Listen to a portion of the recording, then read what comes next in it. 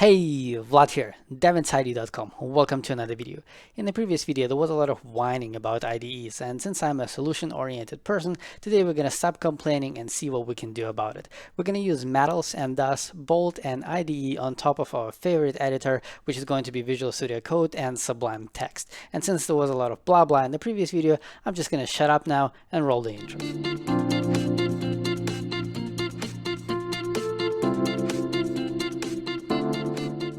What I have here is my Ubuntu 16.04 virtual machine, which I have been using in all of my previous videos. And so it has Sublime Text because so far we have been using only Sublime Text, and it is fully configured to my liking. For this video, I also installed Visual Studio Code, which doesn't have any settings whatsoever. And so a bit later in the video, we're going to use this virtual machine to learn how to install and configure Metals. For now, I'm going to use my Windows shortcuts to switch to another virtual machine, which is also an Ubuntu 16.04 machine, which has also both Sublime Text and Visual Studio Code, but in this case, they're both fully configured. The Visual Studio is at the top and the Sublime is at the bottom, and because I'm using the same theme, they kind of look the same. So what we're going to do now is I'm going to show you a bunch of features that Metals gives you before showing you how to install and configure it. And by the way, everything that I'm showing you today is going to work on Linux, Mac, and Windows, but the installation process might be a little bit different, but I'm sure that you can figure it out on your own. In this video, I'm going to show you only how to do this with Ubuntu, just to make this video shorter. And also I want to explain why I use only these two editors.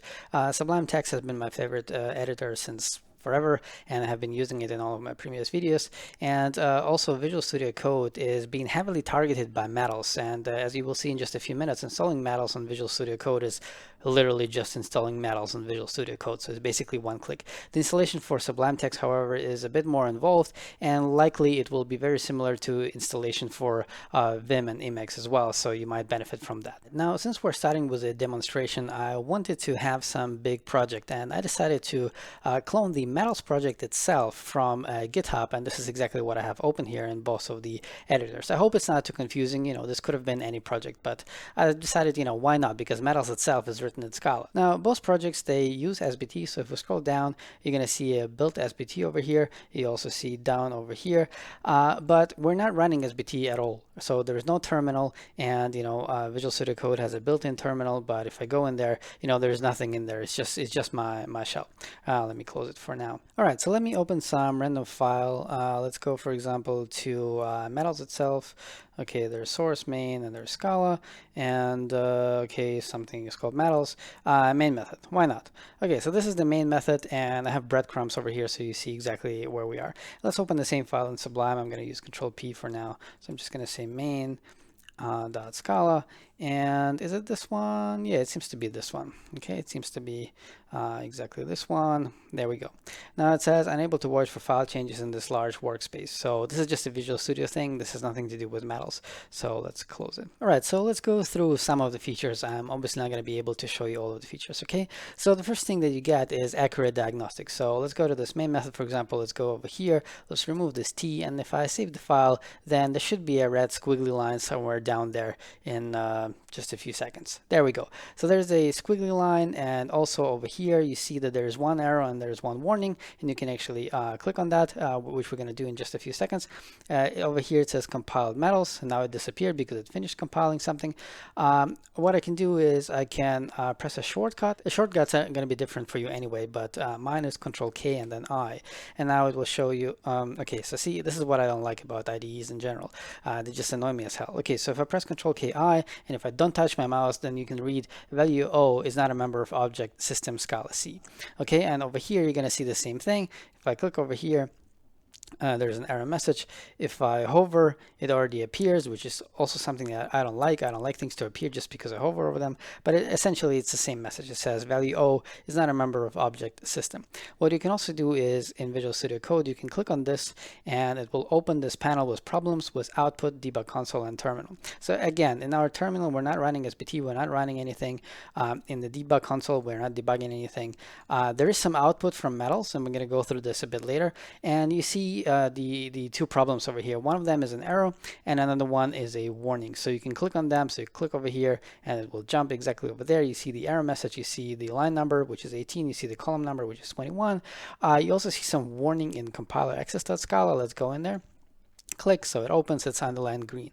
In fact, over here you can also press Ctrl+Shift+P, which opens the command palette, and you can do lsp show diagnostics, and the same thing will pop up. You know, it's a similar thing. You can't click on things. Shows you exactly the same warning. So if you go to compiler access, for example, compiler access, is that this one? Let me scroll down, like, up. Let me make this smaller, like this. It's probably this one. Compiler access, line 57, line 57. For some reason, it's not underlined with yellow, but you know, if we hover, it shows you the same warning. Method stop and class thread is deprecated, blah blah blah. Okay, this underlining thing, by the way, it also comes from metals. And the green line says that where things are being used, and if it was underlined with light, you know, red-ish thing, this would be the declaration. Maybe I can show it to you somewhere. Let's close this file. Let's close the panel. Let's close the panel over here. Let's close compiler access. Okay, let's fix the error real quick, like this. So, for example, this is system out exec. Here, maybe this exec. So line 21. So if I press over here, whoops, it jumped because I changed the file in Visual Studio Code. So if I go to exec, then it will be underlined green because this is the usage, and this is underlined with light red because this is the declaration. Another thing that Metals can do for you, it can show you the type under the cursor. And for Visual Studio Code, I was able to actually disable this. So for Visual Studio Code, I actually have to press the shortcut. In fact, in this case, it's the same shortcut. So it's Control-KI, and it should show me that out is actually a print stream and it's a final val. You can go to System, press the same shortcut again, and it should update it. Class Java Lang System. Okay, so the same thing is happening over here, but I believe over here, oh no, I managed to disable it over here as well. So I have to do the same shortcut. I see final val out, print stream, and over here, same thing, Java Lang System. Cool. The next thing that I can do is I can peek the definition. So if I go to out, I press right click, and there's peek definition, which is Control-Shift F10 for me. So I do this, and it says no definition found for out. In fact, when I was playing with this, I actually could see it. So for some reason, go to definition, doesn't work. Go to definition, doesn't work. Somehow it doesn't work for standard libraries, but it works for all the dependencies, and even for Java dependencies. So if I go up, so we see over here, for example, org eclipse, this JSON RPC launcher. So if I press right click over here, I can pick the definition. It will actually show it to me, right? It asks, Visual Studio asked me to install some Java extension pack. I don't want to do that. Okay, so I see the entire file. I can scroll down over here, and it's a Java file, and I can also right click, and I can also go to definition. It will open it over here. So this is a Java file, and this whole jumping around actually works. So I'm not really sure why it didn't work for the standard library. We can do the same thing in Sublime Text, but Sublime Text doesn't have peek definition. It only has go to definition, which is over here, go to simple definition. Okay, so it opens the same file, works the same way. Let me close it again. Now it has completions. So if we go over here, for example, we see this global trace.setup.lsp. So we can go over here and I can start typing global, right? So I press Control space, it's global trace, yes. Then there will be a method called setup, okay. And there's auto completion. I could even press tab again over here because my cursor is inside of these parentheses, and it will show me what I can put in there. And the first thing that it will show me will actually be the name of the parameter. So I press tab. Okay, that's not what it did. Hold up. Setup protocol, whoops, setup, come on, tab. Okay, so now if I position my cursor again, Control space, yes, so now it shows me actually the name, so I can press tab and it will give me the name like this, if you want to. So I can put something in and now it shuts up. Similar thing is working in Sublime Text. So we go down over here, doing the same thing. It jumped around again because I saved it over there. All right, so we can do global trace and now setup, tab, yes, set up this method. Okay, now it shows me, the same information. I can press over here, Control space, and it shows me protocol name. I press tab, so it does the same thing. I can do blah blah. So save the file, same thing works. The next thing that I'm going to show you is overloading. So if you have print line over here, it shows you that there are two overloads, so you can go up and down. You can switch between the overloads, and the same thing is happening in Visual Studio Code. So if I go here, print line, and it should show me the overloads. Maybe I should scroll up like this. In fact, I'm going to maximize Visual Studio for a bit. Okay, so I can also go up and down, and it shows them to me. Cool. Let me remove that, and let me minimize it again like that. Another cool thing is auto completion for the things that are not in scope. So if you do something like new F file for a file, something like this, and you just press tab over there, so not only does it auto complete that, it actually also brings you the import. Now this bringing of the import doesn't work for Sublime Text. So if I go down over there and I start typing something like new fi, finally, come on, new file. No, it was supposed to work actually. New file, control space. Okay, so now it actually shows me file. If I press tab, it doesn't bring in the import, right? So just the autocomplete. So the integration to Visual Studio Code is a little bit better. You also get FASA symbol search. So if you do Control-Shift-R over here and you're searching for a symbol like, I don't know, manager or some sort, then it shows you all of these cool things. You can also do semicolon, and then it will start looking for them in the dependencies. Let's just pick some of them. For example, this file manager, press enter, so it opens that. Now in Sublime Text, if you press Control-Shift-R, it actually goes through the C tag. So if you type in manager, you're going to see a little bit less. So what you need to do is you need to press Control-Shift-P, which opens the command palette, and now typing LSP and symbol. So these will be the symbols in the document, and these will be the symbols in the workspace. So you press over here, you type in manager, you press enter, and you should see exactly the same thing as before. Let's click on one of them. It's going to open it. In this case, it's also Java. Now we press Control-Shift-R to search for symbols in the entire workspace, but we can also press Control-R, and it will show you the symbols. And I believe in this case, it's also working only with C tags. So we need to do the same thing, LSP symbol in the document, and now the output looks a little bit different. So it shows you, there's a main, there's a system in, system out. So you press on one of them, it just goes in there. Same thing happens over here if you press Control-R. So again, in Visual Studio, it's actually a little bit better, right? So Control-Shift-R worked and Control-R also worked, right? So you can go down over here, it jumps through all of them. You can press on exact, for example, and it also goes over there. Now, another thing that Visual Studio has in particular is a thing called outline. I disabled it over here. So if I press right click, I can actually allow it to show me the outline, and it will be shown over here. In fact, let me maximize Visual Studio. So I have the outline, and I can actually go up like this. Okay, there's also a setting over here on these three dots, follow cursor. Okay, so now I'm going over here and it actually follows the cursor. I can jump around from here as well, and also from the breadcrumbs here as well. So the breadcrumbs are actually kind of amazing. I can click over here, jump to anything I want. So over here, there's maybe another file, internals, and some file. The outline is over here. Everything works. It doesn't always work. For example, over here where we're back in the main, if we go down, like for example into this try, it doesn't show me this launcher, for example. The breadcrumbs also don't show me this launcher. This might be a Visual Studio limitation actually, and not Mattel's limitation. Sublime doesn't have anything like that. Sublime doesn't have an outline, and also code folding works. It talks to Mattel's underneath. Okay, so you can collapse everything as intended, and I believe Sublime should be able to do this as well.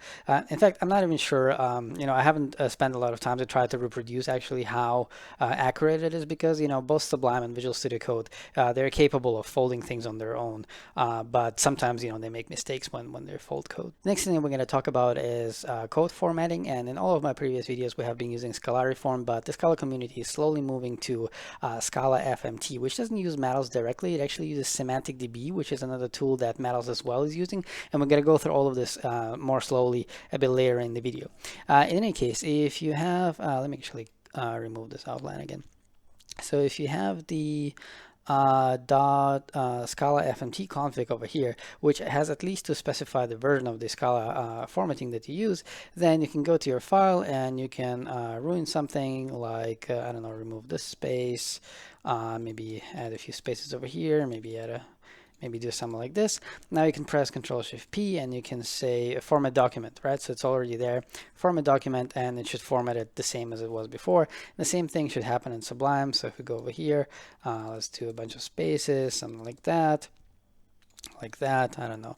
Okay, so we just go and we say format document, and it will format it as well, which is kind of cool. And it also happens before, if you're using SBT and continuous compilation. So it formats it before it sends it to the compilation pipeline, so you don't have this double compilation thing as you have with Scalariform, which is really awesome. I also want to point out that if we go to the settings, so if I go to settings, was two T's.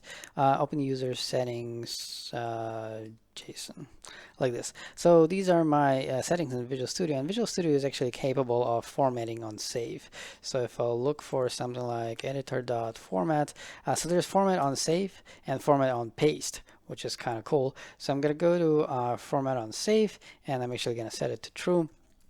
Right, and now if I go to main and do the same trick, for example, bunch of space over here, like this, maybe do that, maybe do that, I just save the file and it formats it.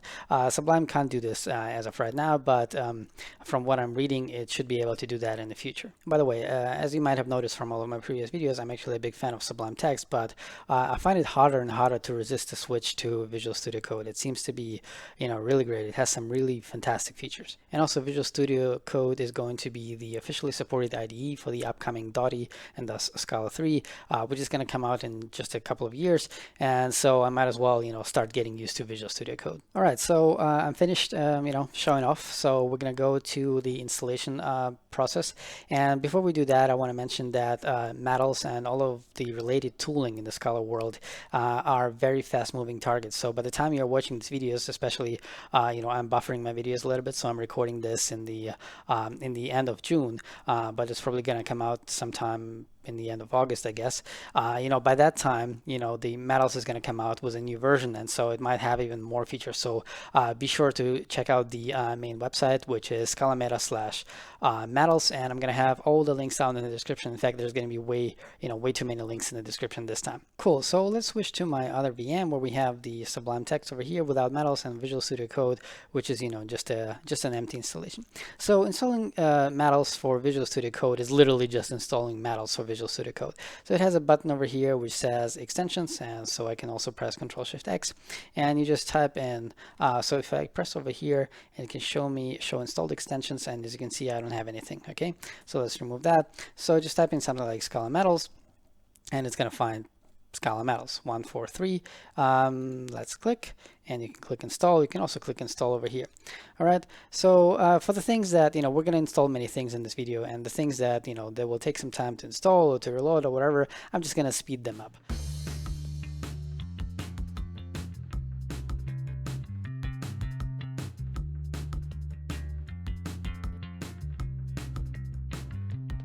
All right, so it seems like it's installed. So what we can do is click over here and say show installed extensions. And as we can see, Metals actually installed another extension called Scala Syntax Official. And by the way, if you have any other Scala related extensions, you might want to uninstall them or at least disable them. So every time you click on something, you can disable them. So Scala Metals as well, you can disable them, but only if you're running into issues, obviously. Okay, so with Visual Studio Code, we're actually pretty much done. But with Sublime Text, it's going to be a little bit more involved. Now, before we start the installation process of Metals for Sublime Text, and by the way, notice that it generated the .metals folder. So if you go to files again to the Explorer, we see it being generated. So Metals did that, and we're going to talk about this a bit later. So before we're going to start talking about the Metals plugin installation for Sublime Text, there are a few things that I would like to talk about first. And the first being is the language server protocol.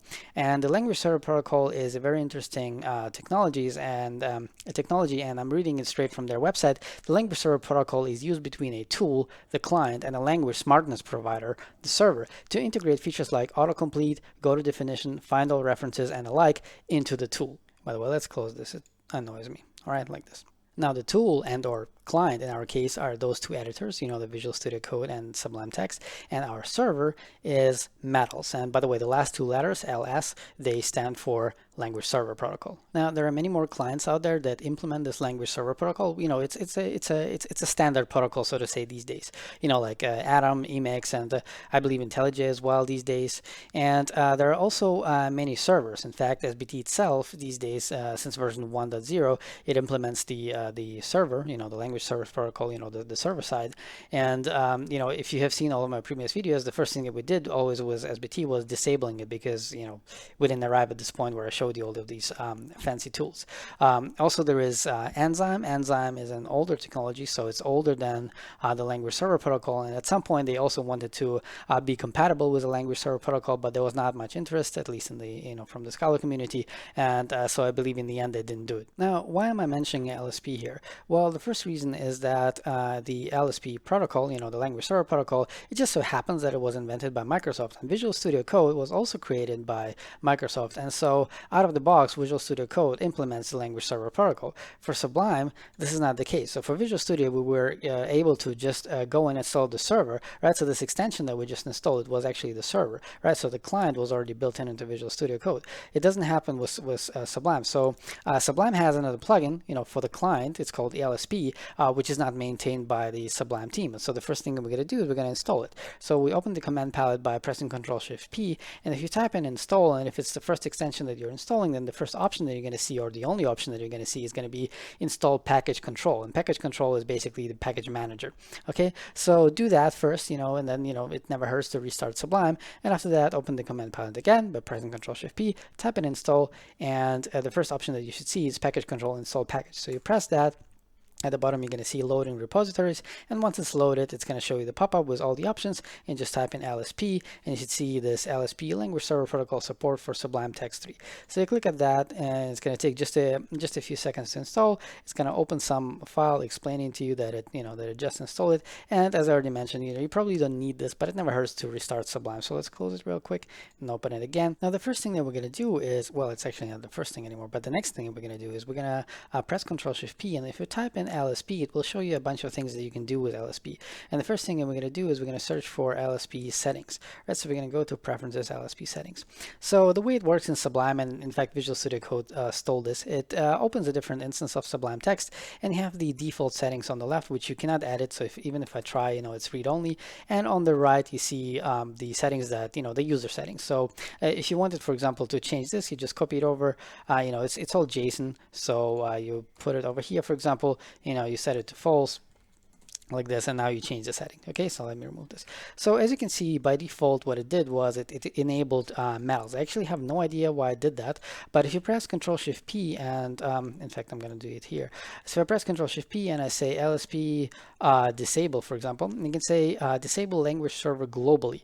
And what it will do is it will just go into the set, so it will ask you to select the server, so you say metals, and it will actually go to the setting and just flip it to false. And you can also enable it globally. And we're actually going to do this for this video, but in fact, you probably don't need to do this. So Visual Studio Code has it enabled per project, and you can do the same thing for Sublime. But in my case, most of the things that I'm doing is Scala anyway, so I'm just going to enable it globally like it was in the beginning. So let's type in metals.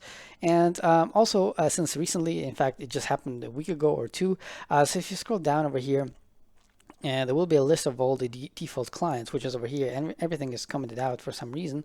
No, over here, default clients. Okay, so if you scroll down, in fact, I'm not going to scroll, I'm just going to type in metals. So as you can see, metals is already the default server, but you could enable something else like Dotty has its own server as well.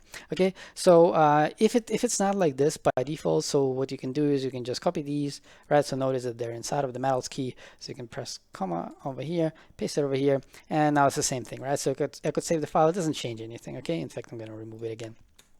Okay, so if you go through this, it's basically real clear what it's doing. So it's for Scala, and it works only in Scala files, and also it has the syntax file, which is built in, by the way, in Sublime Text. It's not built in Visual Studio Code, which is why Metals installed this other extension. What is not clear is this command called Metals Sublime. So what happens is we just installed the client, but we also need to install the server, and there is no extension for Sublime to install the Metals server. So what we need to do is we need to install the server separately. First of all, let me close this. We don't need it anymore. So I'm going to press Ctrl-Alt-T, which is going to open my terminal, and I'm going to fully maximize it. So the first thing we need is we need a tool called curl, or curl, and you can also download it for Windows. Okay, so we're going to do sudo apt install, say yes to everything, curl. And in fact, I actually have it already, so it's going to tell me that I already have it. And in fact, it's going to tell me that it found some servers that I actually don't need. Let's do that as well. Sudo apt auto remove. Okay, this has nothing to do with curl right now. Okay, yes, just free some empty space. There we go. Now it's gone. So if I press Ctrl-L, it's going to clear everything. And if I press up a few times, install curl. So this is how the output should look like. I already have it, so I already have it. Okay. So what curl is doing is basically it's a download tool. It's not actually a download tool. It's an HTTP tool. So for example, you can do curl https://www.google.com/ for example, like this, right? So it just goes to Google and gives you the HTML that comes back. Now the next thing that we're gonna need is a tool called Corsair, and Corsair happens to be written completely in Scala, and it's an artifact fetcher, right? So it's basically a download tool for jars. So it knows how to go to Maven or Bintray and download stuff. And because it's written in Scala, many tools that you install in Scala these days, they're being downloaded with Corsair. So we're going to use curl or curl to download the install script for Corsair. And by the way, you might be familiar with Corsair as an SBT plugin, which is basically a replacement for Ivy, right? So it's just a dependency fetcher, and by the time you're watching this video, SBT 130 should be out, and 130 has Corsair enabled by default, which is awesome because it's way faster than what we had before. So what I'm going to do is I'm going to make a directory called bin, so it's in my home folder over here. I'm just going to go inside of bin, okay, over here, and I'm going to download the Corsair install script, and I'm going to put it over here. So we're going to use curl, and we're going to do -l, which stands for location. It basically tells curl to follow the redirects in HTTP, and also to output whatever comes back to a file called Corsair. So there's going to be a file called Corsair inside of our bin directory, okay? And the URL is https://git.io, which is just a URL shortener, right? So it's not the real URL, which is why we need this -l option, okay? And we just do Corsair like this. So it's going to go there, and it's going to download the script. So if I do ll, it's laying over there. And if we actually open it with something like vim, then we'll see that this is basically just a shell script. We see this over here, okay? And what it will do at some point is it will start Java, and it will give it a parameter. This whole thing, this binary thing, is basically a class. Okay, so it basically, Corsair is, it's written in Scala, so it needs Java. Okay, so by the way, for this whole metals thing and Corsair probably as well, you need Java 8. The entire Scala community at this point is still mainly targeting Java 8. Okay, so now we have the script, and we need to make it executable. So we do change mode, add the executable flag, Corsair like that. So if we do ll again, now we see there is an X everywhere, and now it's executable, and now we can actually run it. So the next command that I'm going to use is going to be very long. It is copy pasted directly from the metals install page, so you can check it out in the description. By the way, in the install page, it doesn't mention sudo, but what it will do is it will download Corsair into this user local bin folder, and you need sudo permissions to do that. Okay, so what it will do is it will run this Corsair script, and it will pass in some parameters, which is bootstrap and Java option with at least 4 megs for the stack size, and at least 100 megs for the heap size. And more importantly, it will set the metals client to Sublime. Okay, so what it will do is it will basically go to Maven, or actually it's Bintray, and it will download this metals jar. As you can see, it has been written in Scala to 12, which, by the way, doesn't mean that it's not going to work for your projects which are written in Scala to 11 or even to 13. Okay, it's going to download the version 0.6.1. I don't know what R is, but it's probably the resolver. Is it's Bintray. And the output is going to be in the user local bin, which is why we need sudo, and I have no idea what this -f is. Okay, so let's press enter, and it will start downloading the half of the internet in just a few seconds. We should see a bunch of output. There we go. This is the typical Corsair output. As you can see, it downloads a bunch of jars, that it needs to work.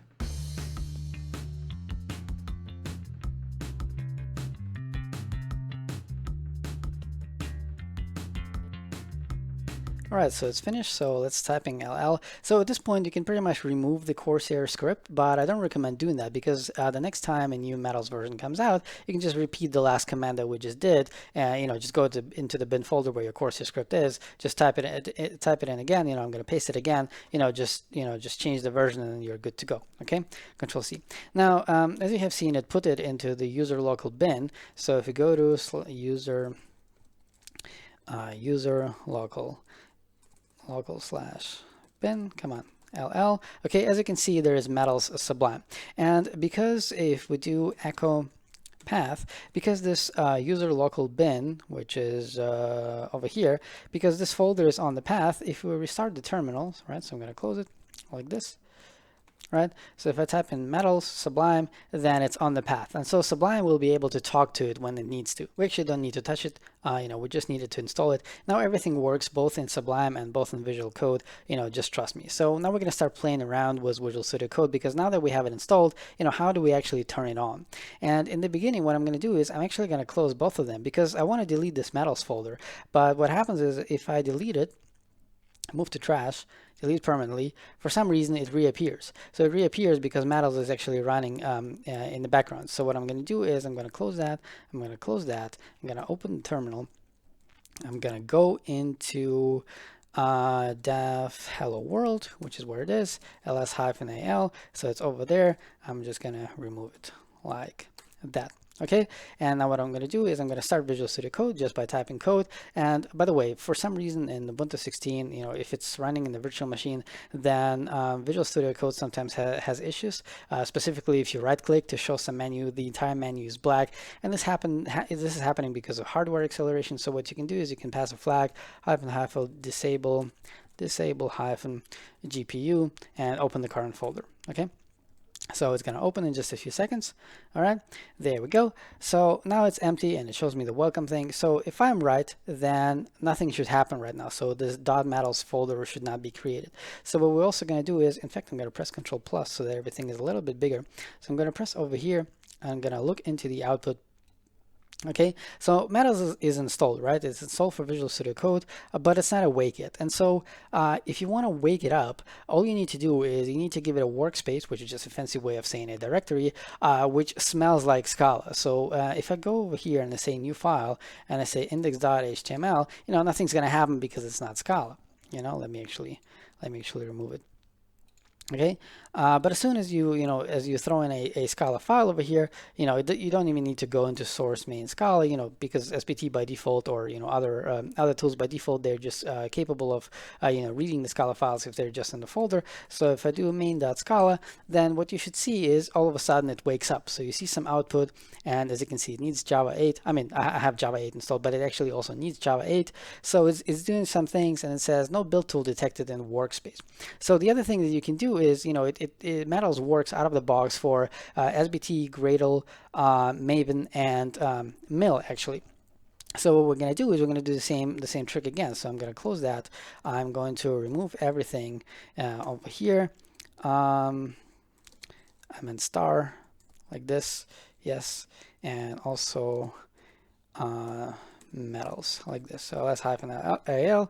All right, so let's open Visual Studio Code like this again.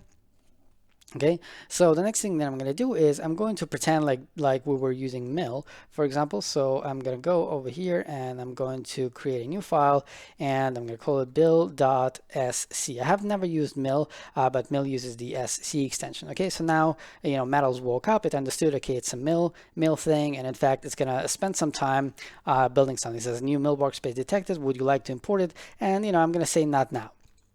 I'm going to say not now because I'm going to close it, and I'm going to remove everything again like this. Yes, and also remove metals. Obviously, you never have to do this. I'm just doing this for demonstration purposes. Okay, you never actually need to remove the metals folder. In fact, that's not correct. Let me show you this. So if I go over here, let me close this welcome thing. Okay, so if I create a file called build.sbt, it will tell me, it's starting up, and we should see a pop-up that will tell me that we haven't set the version of SBT that we're using. And by the way, see, it created this metals folder. So it says automatic build is not supported for SBT unknown. So if we open this up, it says to fix the problem, upgrade to SBT 0.13.17. Now this error message is outdated. These days the last version is 1.2.8, and by the time you're watching this, is probably 1.3.0. So if we go over here and I say new file, project-sbt.version, no, it's properties, project-properties. I believe it's like this. In fact, it's build properties. I don't do this every day. Hold up, build.properties like this. Okay, so now if we go over here and we do sbt.version, what's so, hold up, increase, no, hold up, Control-Shift-P, font, oh my god, come on, font, editor, zoom in, Yes, that's what I want. Okay, again and again and again and again and again. Okay, that's big enough. All right, so SBT version equals 1.2.8. Okay. All right, so now it says new SBT workspace. Would you like to import the build? So if you press not now, you can trigger it manually. I'm going to show it to you in just a second. In just a few seconds, import build will obviously import the build. But if you press don't show again, which is now what I'm going to do is, then you will never see this pop up again. You will always need to trigger it manually. And if someday you change your mind, what you will need to do is actually to remove this metals folder. Okay, so I'm going to say not now so that I can show you how to trigger the build manually. This is still the old notification over here, and this one is also the old one. Okay, I like this. Okay, so what we can do now is we can import it manually. So I'm going to press Ctrl+Shift+P, and I'm going to say import build, metals, import build, like this. Okay, in fact, I'm going to maximize Visual Studio Code, and I can in fact do that, and so that this way we're going to see the entire output. Now, what it's doing right now is running SBT bloop install. Now, what I'm going to show you in the next few minutes, my entire explanations is going to be based on my research. So there might be a few things that I got a little bit wrong because, I'm not on the metals team. But from what I understand is that, this is how it works. Okay, so it looks like it finished installing stuff. And notice that once it finishes, it actually closes the output like this. Okay, let me collapse it like this. All right, so what is happening over here? So SBT doesn't have this command bloop install, and what the hell is bloop anyway?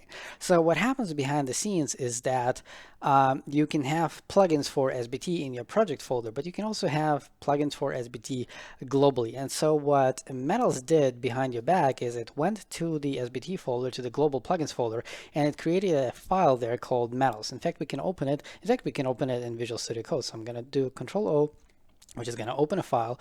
So if I'm going to go to, by the way, I have no idea why it looks so weird. So if I go to home, if I press Control-H, it will show me the hidden folders and files. So now I'm going to scroll up and there will be a .sbt. I'm using 10. And if we go to plugins, then over there will be a file called metals.sbt. So it was created, just right now. So we have 2 o'clock. So it was created just right now. Okay, so if I open that, it says don't edit, it was auto-generated.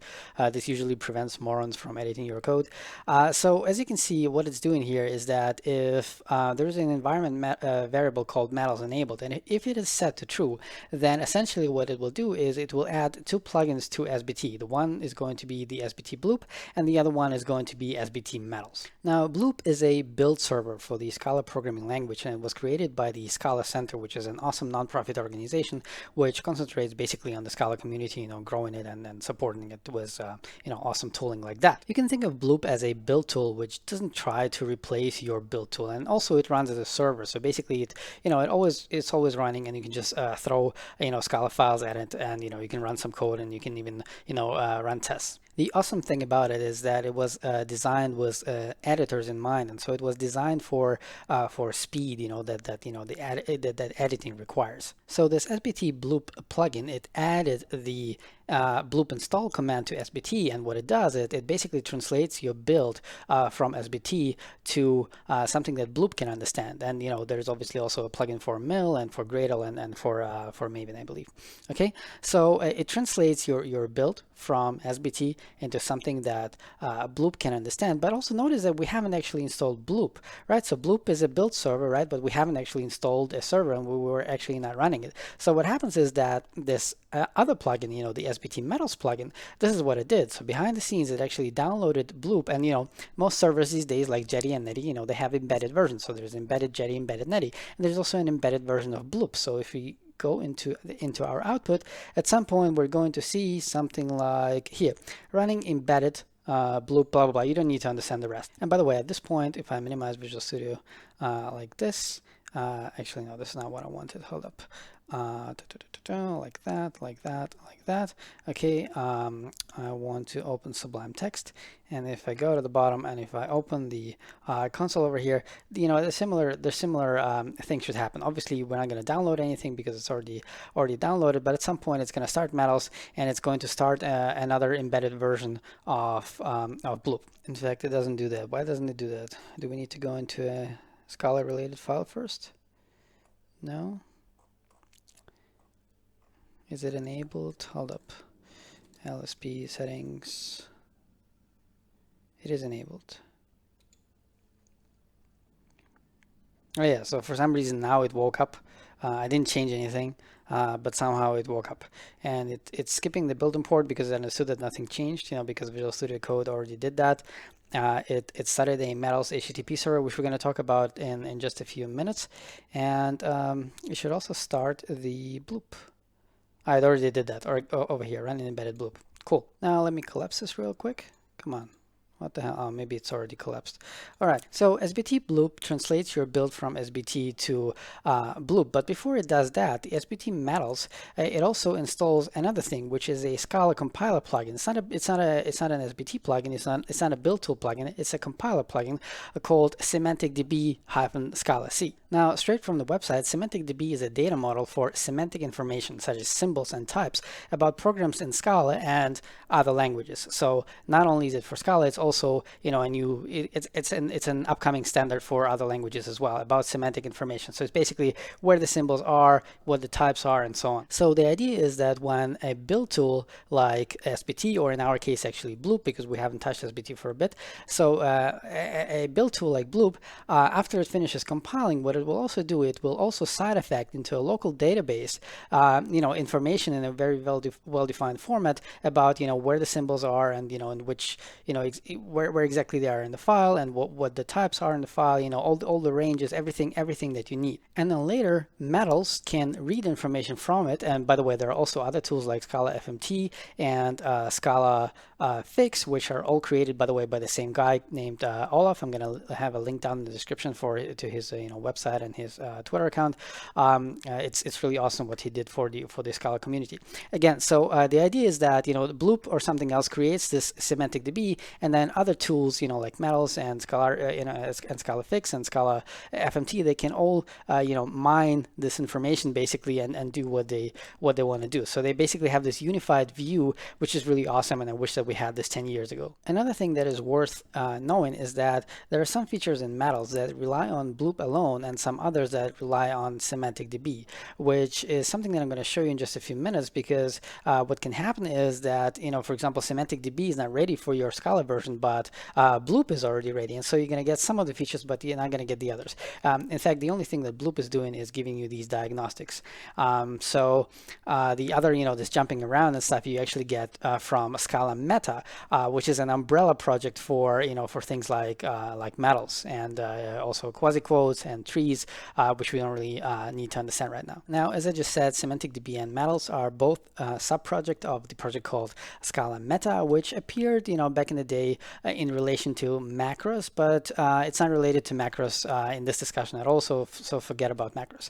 So now that you know that, you can actually understand the full name of Metals. So the last two letters, as I already said, stand for language server, but Matter, stands for Scala Meta. So you have Scala Matter and the language server, Metals. Now, this is all you need to understand how things actually work behind the scenes. And the reason why I did all of this is to give you more information, because, as you have seen in Visual Studio Code, there was actually just one click. But, the cool thing about these magical things is that they're only cool as long as they work. But once they stop, you actually have to start tinkering. And so I just wanted to give you a little bit more information. Another thing that, you might want to know is that in theory, Metals can actually work with any build tool, because it, not only with Bloop, because Bloop implements a build server protocol, which is inspired by the language server protocol. Okay, so probably right now Bloop is actually the only one that implements it, but in the future SBT might implement it directly, or Mill, or whatever. It's just one of those things that is good to know. All right, so what we're gonna do now is we're just gonna play a little bit, and for that I'm gonna open a different project. So we could clone another project from GitHub, but I'm actually gonna take one of mine, the one that we have written in the Monad series called the FP library, and it's on GitHub, so you can do the same if you want. Okay, so I'm gonna go into FP library, which is over here, and I'm gonna do the same trick with code disable GPU, and open it in this file. And I'm gonna do the same thing with Sublime, subl dot. Okay, so it's going to open Sublime. So this is still the hello world, which I can close. And this is the FP library. Okay, so I'm going to have it down over here. This is the terminal. We can close the terminal. We can do that. We can open up like this. So it says, new SBT workspace detected. Would you like to import the build? Well, yes, please import the build. And by the way, a similar thing is happening in Sublime over here. If I open the console, okay, so we see some output over there. I actually don't need the outline. Actually, why not? Let's leave the outline. Let's leave the outline, but I don't want the open editors like this. Okay, so one of the first thing that we're seeing is that Visual Studio Code shows you that that there are pending changes, and what is happening is that it created this metals folder, and now now we're working with Git, so now it's actually visible.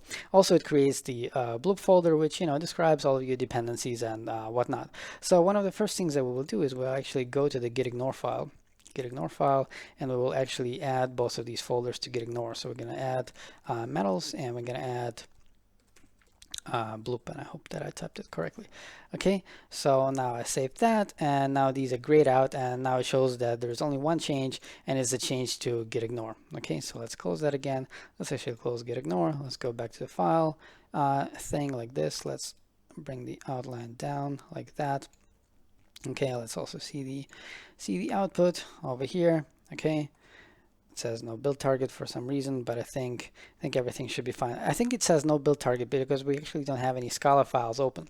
In fact, check this out. So only once we open a file, like for example monad, okay, only then will it actually start compiling something. So as you can see, it says compiling FP library, 11 Scala sources, blah blah blah, and it's going to do the same thing for the test as well. And I thought that I increased the font actually. Why is it so small again? Font, zoom in. Okay, let's do it again. Let's do it again. Let's do it again like this. Okay. In fact, maybe let's maximize Visual Studio Code, and we see some output over here, non-compiled model compile. Basically, Bloop starts to compile this thing for the first time. Again, notice that we're not running SBT or anything like that. Maybe let's do this. So once it actually finishes, in fact, maybe we can do something before it finishes. Okay, it already finished. But we can go, for example, to applicative and say peak definition. And it says no definition found. And you see output over here. It says code navigation doesn't work on the file, blah blah, because the build target, blah blah, is being compiled. Wait until compilation is finished and try again. And in fact, I think it finished just right after that. So if we can pick definition, it works. We can also jump into the definition. So it opened the. Did it do something? No, it didn't. Hold up, F12. Okay, I actually have F12 bound to open Quake, which is a terminal. So I'm gonna use go to definition like this. So it opens this over here. Okay, let's close it. In fact, this is one of the things that Sublime and Visual Studio Code do is when they open a file, they don't really open it. They just populate the buffer with it. So you actually need to click over here, and now it actually will stay open. Come on, click over here. There we go. Double click. Okay, so if I go to applicative, go to definition, I actually need to double click. Okay, so now both of them stay. One cool thing, actually, if we go to over here, for example, and we create an object blah, I believe I haven't showed it to you before. So if you go to applicative, okay, come on, no. No, okay, applicative. Okay, so I guess yeah, okay, now it's there. So applicative, and let's say that it's for a list, we're just playing around. If I type in override, it will actually show me what I can override. If I press Control Space, it should actually show me that I can override some things from applicative. Come on, do it. Do it. Override. What the hell? It should show me this stuff. Okay, there's a problem. Blah blah blah, expected. Okay, maybe I need to save this first. Okay, let me save it. Okay, and now let's do override. Yeah, so now you can see it can override map, for example. I just press tab and it overrides the map, right? And I can do override again. Now it shows me pure, right? So both of these come from applicative, which is really awesome. And the same thing should actually work in Sublime Text. Let's go and try. Let's go over here. Let's open Monad, for example. Let me maximize that. And let's go over here. And let's do object blah extends applicative. I configured my Sublime in such a way that it doesn't show me any pop-ups. Okay, so let's see if I do override Control Space. No, Control Space doesn't do anything. Hold up, let me save it again, the same as we did before. Oh, it haven't done this whole thing for Sublime yet. By the way, this is one of the things that we're going to do in just a few minutes because they're both running their own version of the Metal server, and they're both running their own version of embedded Bloop. Now we can't get rid of the duplication of the Metal server yet. Maybe we will be able to do this in the future, but we actually can install Bloop locally, and this thing will not happen twice. Okay, so now it says fail to compile. In fact, maybe should compile it once properly like this. Okay, so it finished. Okay, so now we can go here and we can say override Control Space. No, tab, no, override Control Space. Come on. Come on, let's do it again. Okay, like this. Override, control space. No. It worked before, I swear. Another thing that we can do is we can open a thing called the doctor. So if we go here and we type metals, run doctor, okay, run doctor, and we can see that we have the diagnostics which come from Bloop, and they already they're working for 2.12.8. They're working for FP library and for FP library test, and also everything else is also working. Go to definition, completion, and find references. So there's nothing like this for Sublime, but if we scroll up over here, we will actually see that it started. Come on, where is it? Okay, maybe that's too much. Hold up, scroll down. Let me maximize it. I just want to have more space. At some point over here, started Metals HTTP server. So if we copy that, I'm going to copy that, so minimize that. Let's open Chrome, for example, and it takes forever to start. There we go, my key. Okay, so if you go over there, then you're going to see a UI for the Metal server, and you can actually run the same actions over here, right? So for example, you can say run doctor. It will just open another tab. It should open another tab. For some reason, it opens it in Firefox because this is my default browser. But basically, it shows you exactly the same thing, but now in the browser. So you get the same functionality. It's just not as convenient as in Visual Studio Code. I'm actually curious. Maybe we can maximize Sublime again and actually go and try this override again. Maybe SemanticDB or something wasn't ready. So let's go override. No. Do I have any completions for print line? No. Hold up. Let me remove that like this. Can I do, I don't know, like P? No, control space doesn't work at all. Oh yeah, I forgot actually that I have to configure this whole thing first. Okay, so what we need to do is we need to actually go to key bindings over here. Okay, and we need to add a bunch of key bindings for all of that stuff. So the first thing that I have over here is control B is go to definition, but we actually need to go. So if you right click on something over here, then we can go to definition, but there is also go to symbol definition, and the symbol definition is the one that comes from LSP. Okay, so where's my other Sublime instance? This one. Okay. Okay, so what I'm going to do is I'm going to duplicate. No, hold on, let me create more space so that it's more visible. Okay, so let me duplicate this line, and this one is called, not go to definition, it's called LSP hyphen symbol definition. Okay, so now if I go into, okay, this actually annoys me. Where's the other one? It's over here. So I'm going to have it over there. No, like this. So I have the settings at the top and Sublime over here. So now I can press Control B and it will actually jump to applicative. Notice that before I did that, I might actually need to restart it. But before I did that, if I press Control B over here, it actually shows me, because Sublime worked with syntax as well, so it shows me the class and the object. Okay, but with LSP, with this one, actually it jumps exactly to the trait, because in this case it knows that I meant the trait. Okay, so the other things that we will do is we need to do the control space thing, and I'm actually going to copy that. So if I have like this, if I have this key over there like that, so now auto completion should work if I actually don't forget the comma over here, comma. All right, so let's go over here, go down, and let's press control space. Okay, so now you actually see auto completion. You see print line, and you should see override probably as well. Yes, so as you can see, override apply. Yeah, so I actually wanted to do object blah extends applicative, so control space, you have completion again. It got me scared a bit before. Okay, like this. So now I can do override, control space, and now it shows me map, and I can do map. In fact, for some reason it works in such a way that if I press tab again, it will actually, okay, no, it doesn't. Okay, all right, so let's also do pure. If you do pure, control space, so you can just call pure, or you can, do the override like this, right? So if I call pure, it's just going to do this, and if I do the override, it's going to do that. And I could do the same thing with Visual Studio Code. Okay, so it works, which is great. Again, it got me actually a little bit scared before. All right, let me remove that. Another thing that you have to do manually in Sublime is that if you go to the config folder and we go into Sublime Text 3, we go into packages over here, then if you look down, it's all the packages that I have. What we need to do over here is we need to create a file And the documentation advises to call it metals, but you can call it whatever you want as long as it has the Sublime-commands extension. Okay, so now it's just a file over there. You can open it with Sublime Text, and we need to paste in somewhere something in there, which is basically an JSON array.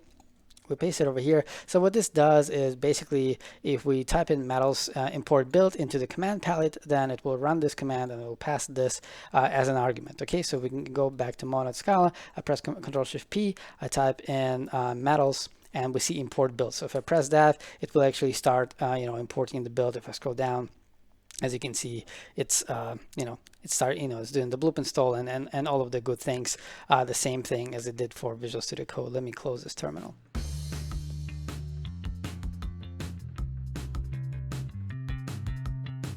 I believe that this is a Sublime limitation, that in the end it will actually show you this annoying blocking pop-up, but at least it's better than not being able to manually import the build. Okay, so now we can close this. We can actually close that.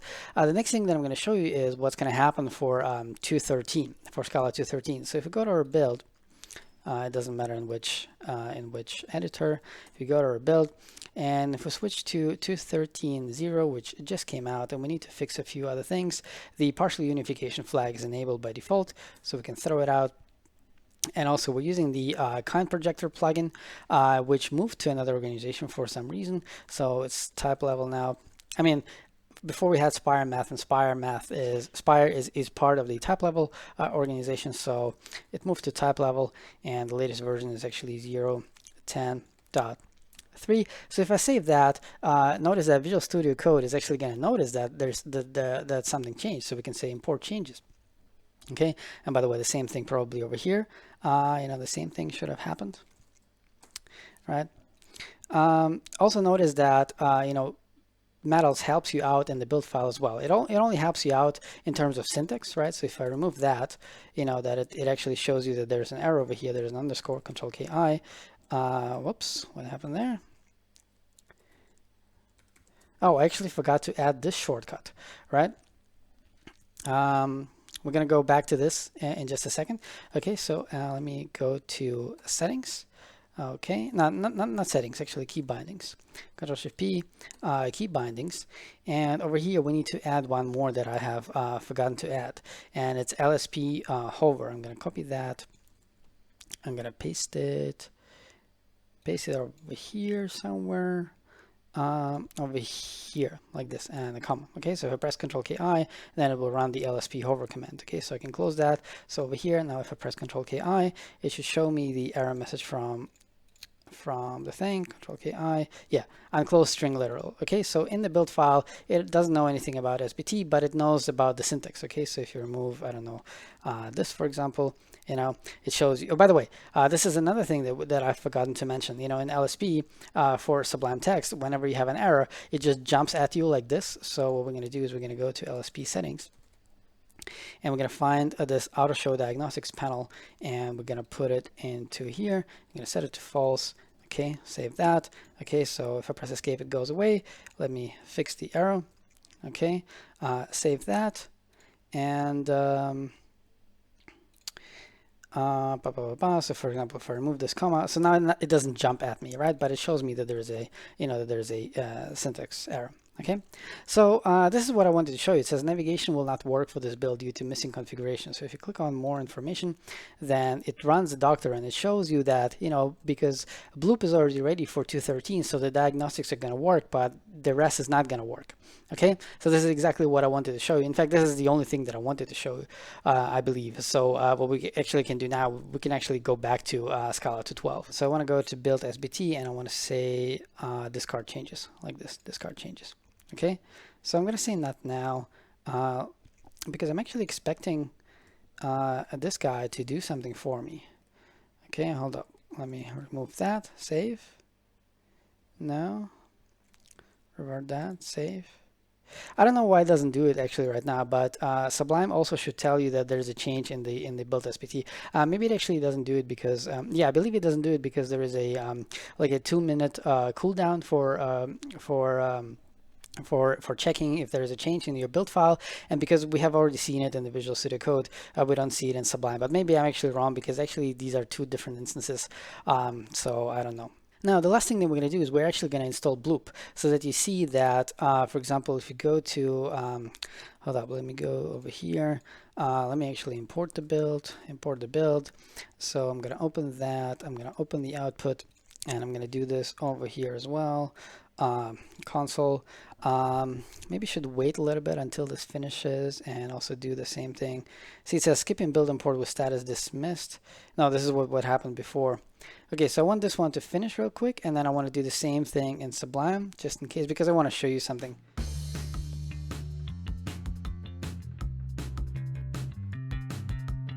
All right, so now it says build is correctly configured now, navigation will work, blah, blah, blah. Let's do this as well over here, import build.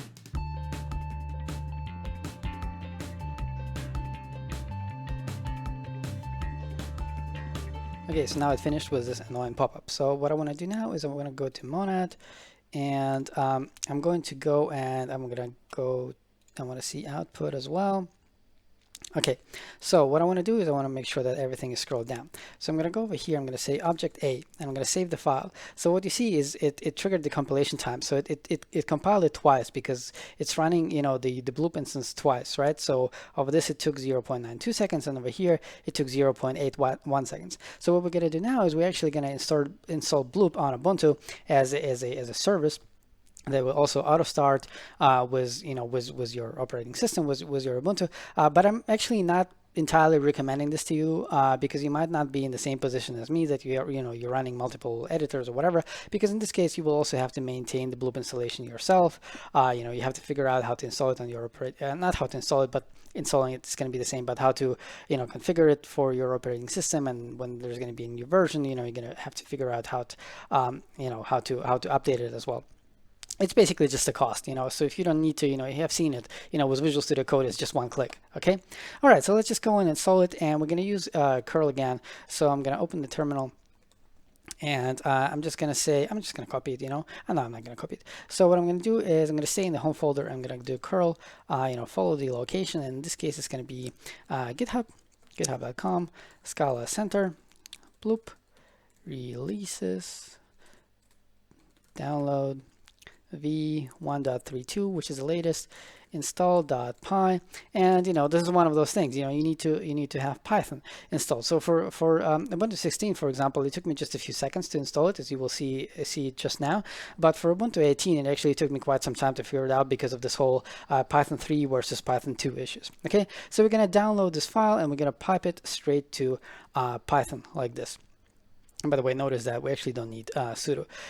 So it's going to download Bloop's Corsia version first. I don't know why it can't work with our Corsia version, but whatever. It's going to do its own thing. It's going to download a bunch of things. By the way, notice that it also installed auto completions for your favorite shell. Check out the documentation to to figure out how to teach your shell to use these auto completions. So what we can do now is we can go to system control.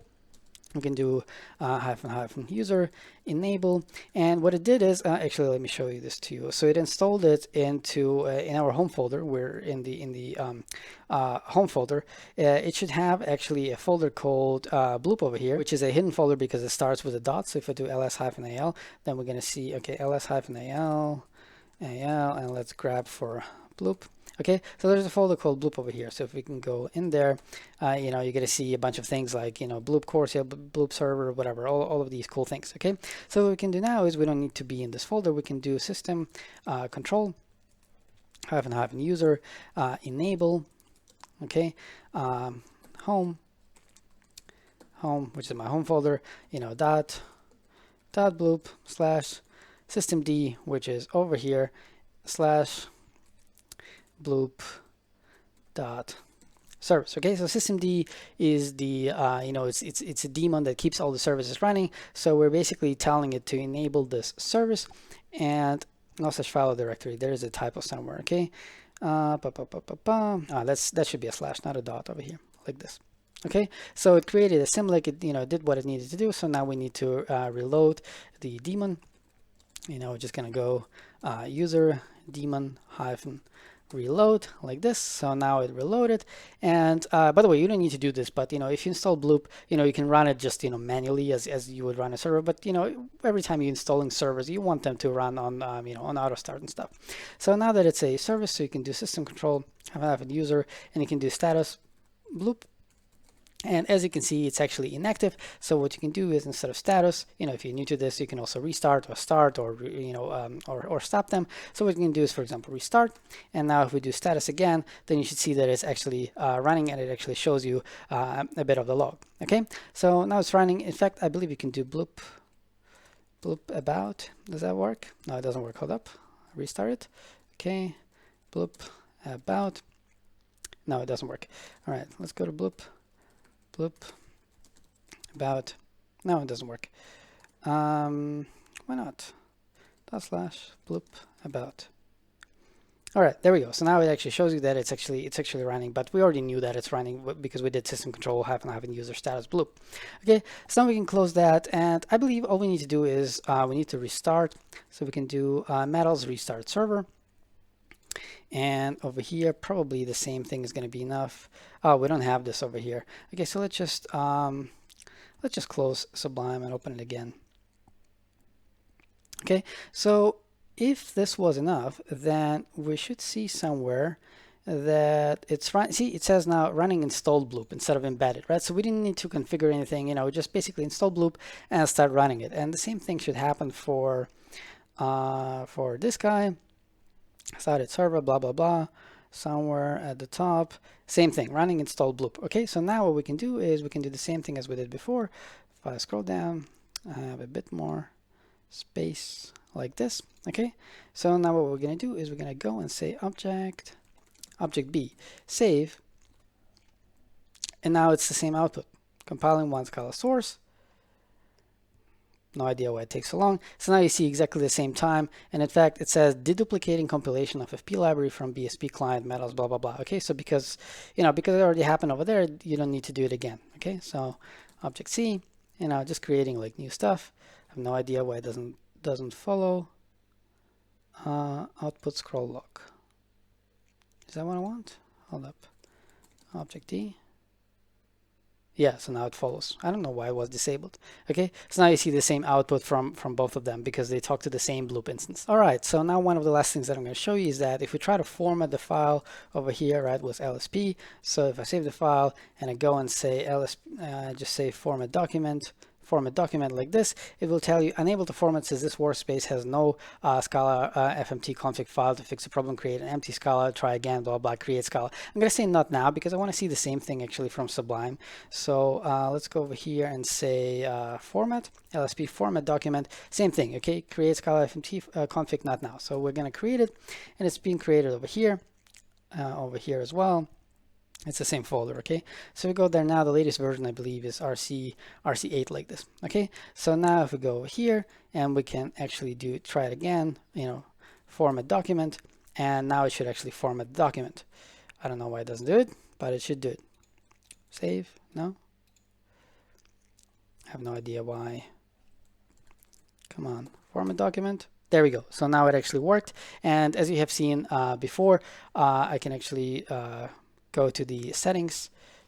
In fact, I'm not going to do this. As you have seen before, I've done it in the other VM so that it can do this on save. But Sublime can't do this. But at least you can always go and yes, reload it, please. So we can ruin the formatting, and then you can just say format document, and it should format it. Maybe we should save the file first. Okay, format document. There we go. Works. Cool. All right, I think I've covered everything that I wanted to cover, and I want to mention that this is just the beginning of this awesome tool chain. But I really have to say, like, for a beginning, it is really awesome. Even though it can't debug stuff, it can't run the tests, it can't organize the imports, or it can't even do the simple refactorings like renaming. But still, for a beginning, this is really awesome, and I'm really excited to see how these tools are going to develop. I hope that Metals is not going to die out. Yeah.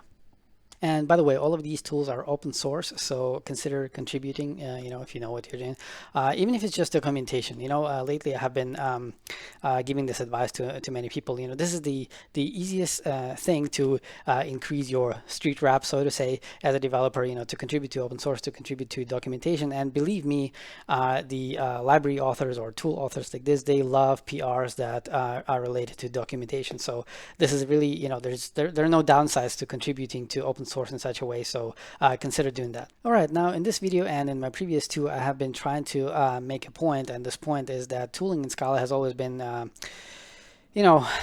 really bad. Let's just say it has been really bad. But now I'm starting to feel the wind of change, and I'm really excited to see how these technologies will develop in the future. In fact, I'm particularly excited about Tasty, which is going to be this intermediate format for all these Scala versions and whatever.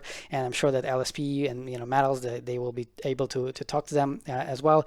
And I really believe that we have potential to have the greatest tooling story in Scala ever told, because I really believe that in the Scala community, if I'm looking at this development, we can have the best tooling out there, even better than Java was all of the stuff that they have, right? So let's just keep the fingers crossed, and let's see what the future is going to bring. As always, it's been Vlad, devinsideyou.com. Don't hesitate to give Metals a spin. It's a bit rough around the edges, but I really like it a lot, which brings me to, don't forget to like this video if you did, subscribe if you want to improve the developer inside you, and if you find my videos valuable, consider supporting me on Patreon, and maybe one day I can actually do this thing full time. But most importantly, take care.